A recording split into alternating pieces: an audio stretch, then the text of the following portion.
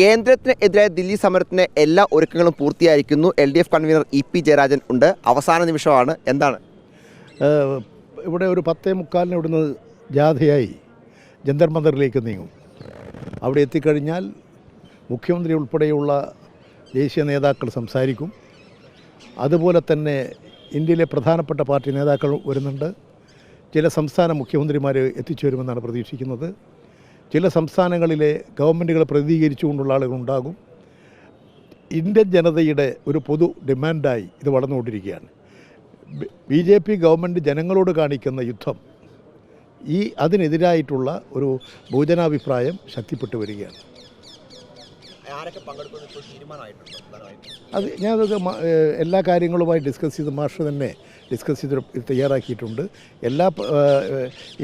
India പാർട്ടിയിൽ ഘടകത്തിലെ എല്ലാ പാർട്ടിക്കാരെയും ക്ഷണിച്ചിട്ടുണ്ട്. പല മുഖ്യമന്ത്രിമാരും വരാൻ വേണ്ടി സന്നദ്ധരുണ്ട്. എനിക്കൊന്ന് പഞ്ചാബ് മുഖ്യമന്ത്രി, ഡൽഹി മുഖ്യമന്ത്രിയൊക്കെ പങ്കെടുക്കാനുള്ള സാധ്യതയുണ്ട്. അവരൊക്കെ വളരെ അനുകൂലമായിട്ട് നിലപാടാണ് സ്വീകരിച്ചിട്ടുള്ളത്. വിദ്യാർത്ഥികൾ ഉൾപ്പെടെ പങ്കെടുക്കുന്നുണ്ട്. ഡൽഹിയിലും പരിസര പ്രദേശങ്ങളിലുമുള്ള കേരളീയരായ വിദ്യാർത്ഥികൾ, ആ കുട്ടികൾ ഇത് അറിഞ്ഞിട്ട് ഇവിടെ എത്തിയിട്ടുള്ളതാണ്.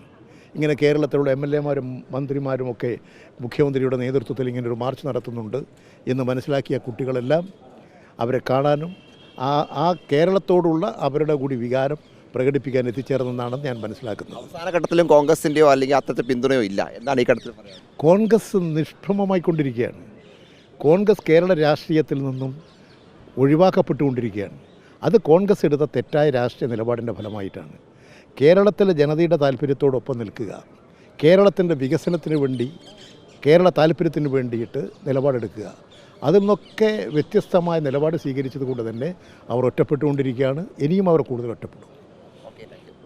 എന്താണെങ്കിലും EP ജയരാജനാണ് നമ്മളോട് സംസാരിച്ചത്. അദ്ദേഹം ഇതുമായി ബന്ധപ്പെട്ട സമരവുമായി ബന്ധപ്പെട്ട അവസാനഘട്ട ഒരുക്കങ്ങളിലും അതോടൊപ്പം ബാക്കി നടപടിക്രമങ്ങളുമാണ് ഉള്ളത്. വലിയ വിജയമാകും സമരം എന്നാണ് അദ്ദേഹം വ്യക്തമാക്കുന്നത്.